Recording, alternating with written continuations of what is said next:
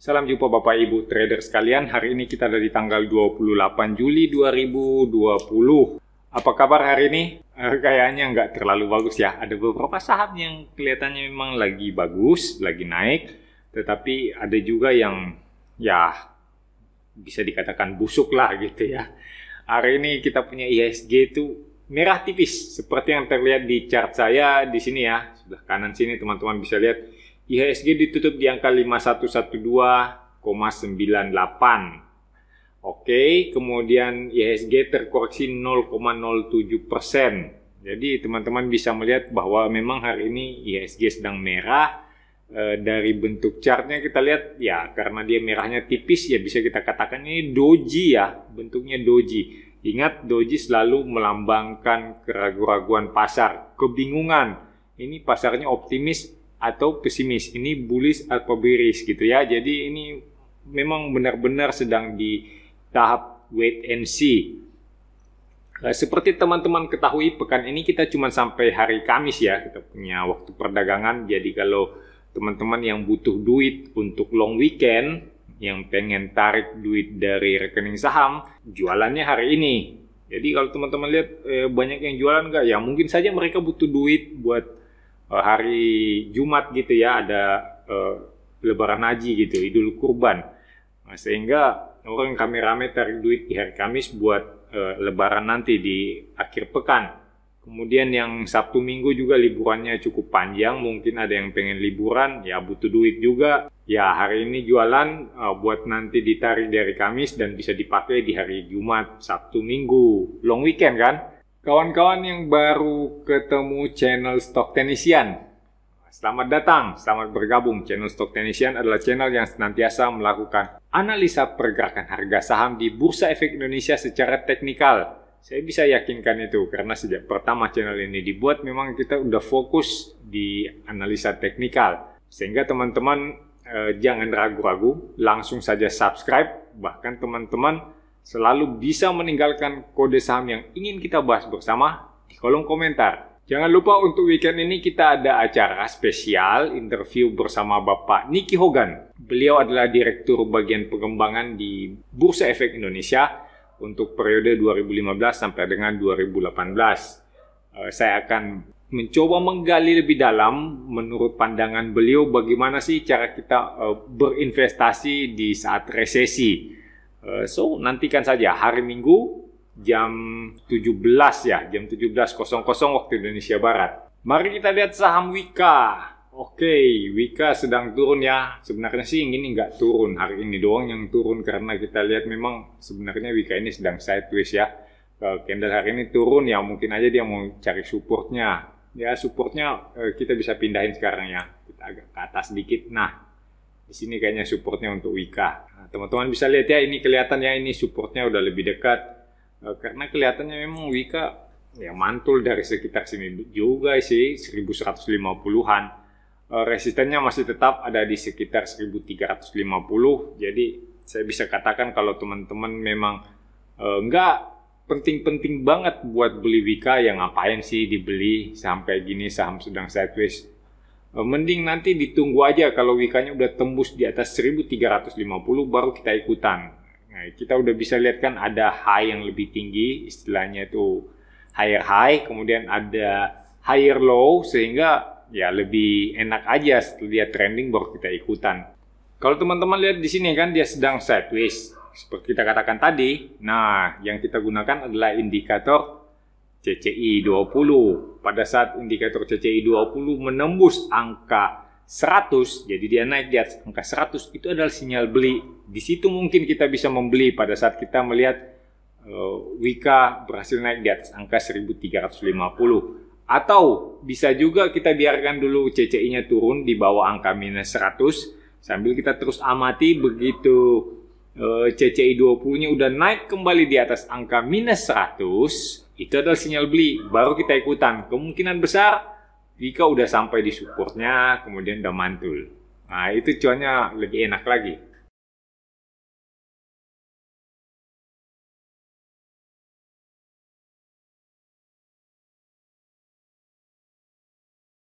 Next saya punya WSBP. WSBP juga kelihatannya masih sideways ya. Jadi kita punya resisten ada di angka 215, kemudian supportnya ada di sekitar 180-an.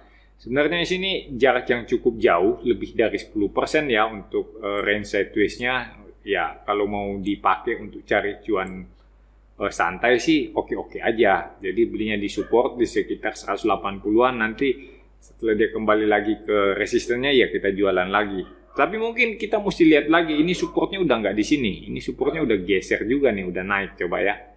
Kita lihat, di sini adalah support terakhir yang kelihatan di saham WSBP. Atau kalau mungkin teman-teman lihat lagi di atas ini sedikit ada gap ini. Ya kan? Nah, ini kita lihat, oh ya benar, di sini mungkin aja ini adalah support. Nah, di sini teman-teman bisa mulai melirik. Mulai melirik WSBP. Terutama karena kita melihat dia punya CCI 20 udah ada di bawah angka minus 100 ya. Nah, kita tinggal nunggu. Kemudian pada saat CCI-nya naik ke atas angka minus 100, itu adalah sinyal beli. Kita ikutan membeli di situ supaya kita bisa dapat cuan. Target sendiri untuk resistennya itu sebenarnya ada di sini ya, di area kotak kuning. Cuman karena terlalu mepet, saya geser lagi dikit ke atas supaya lebih kelihatan menarik. Nah, di sini di sekitar 215 ya tadi. Karena dia di angka 200 berarti 214 atau 216 gitu ya. Menjadi targetnya. Sehingga teman-teman bisa melihat ya jaraknya cukup aman, cukup jauh. Nah, saya kira untuk risikonya kecil dibanding dengan reward yang dijanjikan. Rewardnya ini lebih dari 10%. Dan risikonya itu nggak nyampe 3% deh. Jadi saya kira ini cukup bagus untuk diperjuangkan.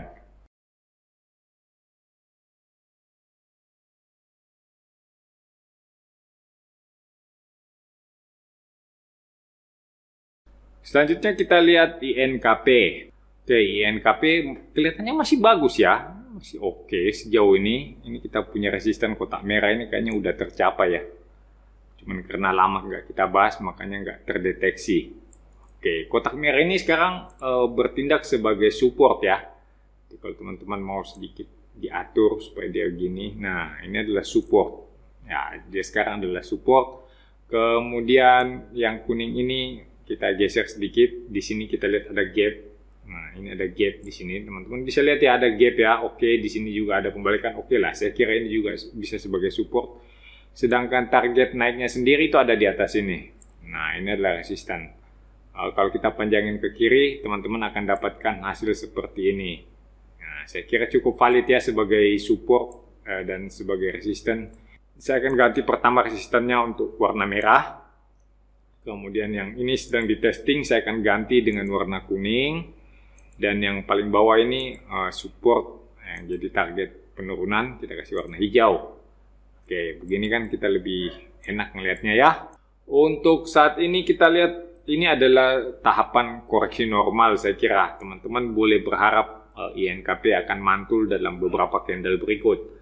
Memang sih kalau kita lihat MACD-nya lagi dead cross ya. Karena dia sedang trending kan, jadi kita melihatnya MACD.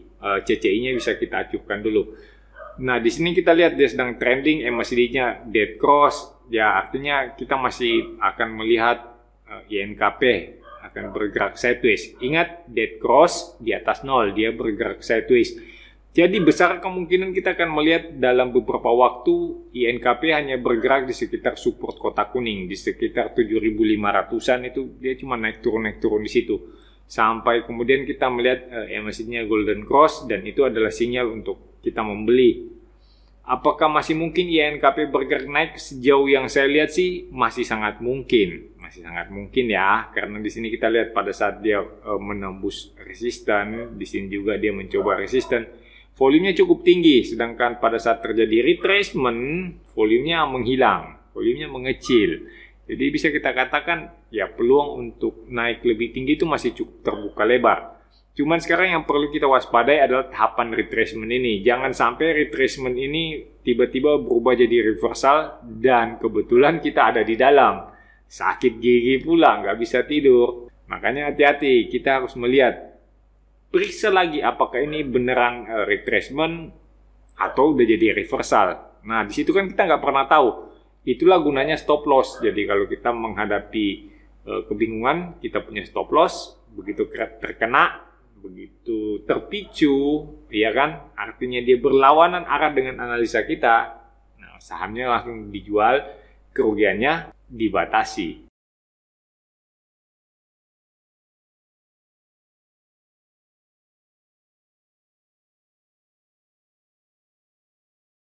Kita lanjut dengan TBLA. Oke, TBLA sedang naik ya, walaupun pelan. Ya, ini sih pelan naiknya. Nah, kita lihat di sini dia cukup lama sideways. Wah, kayaknya memang TBLA ini sering banget sideways ya. Ini udah lama ya, kita boleh hapus dulu. Nanti kita bikin lagi di sini. Oke, di sini kita bisa lihat lebih jelas ya. Ini adalah area resisten untuk TBLA. Kok resisten? Maksudnya support. Nah, teman-teman bisa melihat ini warna hijau. Oke, ini adalah support. Di sini ada gap. Nah, di sini kena pembalikan arah, di sini juga kena pembalikan arah. Saya kira ini bisa kita katakan sebagai support. Kayaknya cukup valid. Kemudian resistennya kelihatan ada di atas sini. Ini adalah area resisten. Teman-teman boleh melihat. Nah, ini di sini ya pembalikan arah, di sini juga oke. Sempat tertahan sebentar. Saya kira ini juga cukup valid sebagai resisten. Saat ini dia sedang bergerak sideways ya, sedang ranging gitu. Jadi teman-teman boleh melihat dulu. Ini kalau kita ngambil di sini kayaknya udah nggak bagus gitu ya. Teman-teman bisa cek dengan tools yang ada di TradingView itu. Teman-teman bisa memeriksa bagaimana reward to risk ratio. Misalnya seperti ini. Jadi kita punya risiko ada di sekitar sini ya. Ini stop loss kita ada di support kotak hijau, sedangkan target pergerakan naik itu ada di sini. Target 125, stop lossnya di 85. Saya kira ini nggak terlalu bagus ya. Ya kan, ini nggak terlalu bagus. Kalau teman-teman lihat di sini minusnya 12,6%, cuannya cuma 17,73%. Saya kira nggak terlalu bagus, cuma 1,47, nggak bagus lah. Paling nggak kalau mau trading itu dia ada di atas 2,5 lah. Di angka 2 juga itu masih agak so-so gitu. Kalau bisa dilepas aja lah daripada menjebak kan. Kalau saya sih pikir gitu. Nggak tahu kalau teman-teman punya pikiran lain. Ya, bukankah lebih enak kalau kita ambil yang reward to risk ratio-nya lebih besar dari 2,5 gitu. Sehingga satu kali kemenangan bisa menutup 2 lebih gitu kekalahan yang akan kita derita di kemudian hari. Dengan demikian kita selalu membatasi risiko, sedangkan untuk cuannya itu ya kita serahkan kepada pasar aja.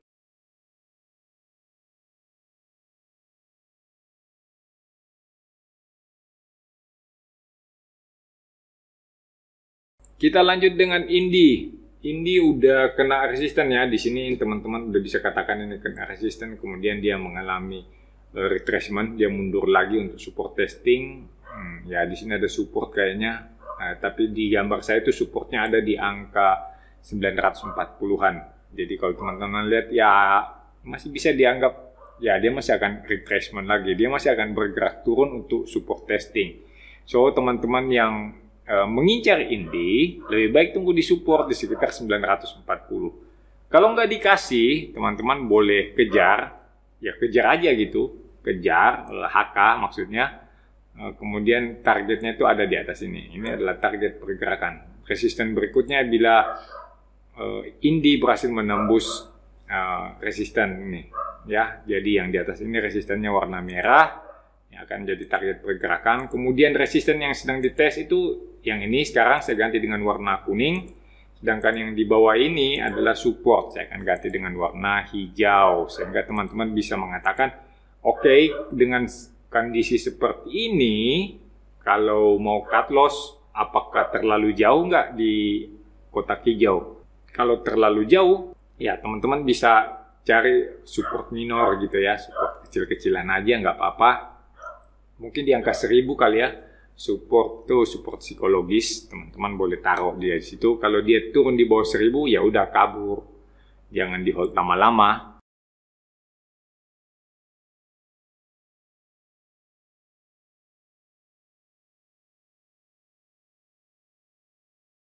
Mari kita lihat Pegas.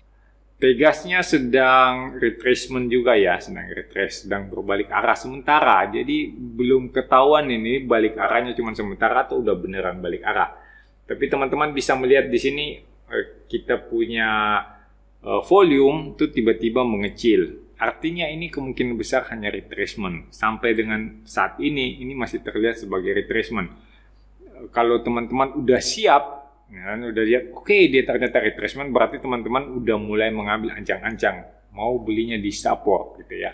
Siap-siap di support. Nah, supportnya ada di area kotak kuning yang paling dekat di angka 1100. Oke, sambil menunggu dia di support, teman-teman perhatikan dia punya CCI. CCI-nya akan bergerak turun terus.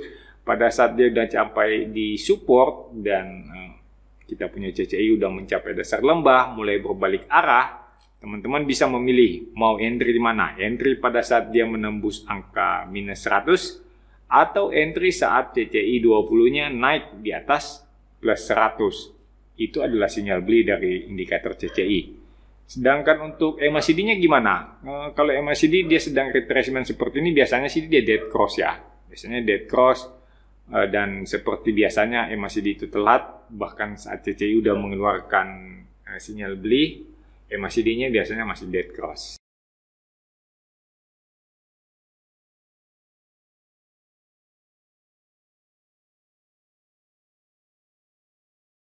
Kita lanjutkan dengan P1.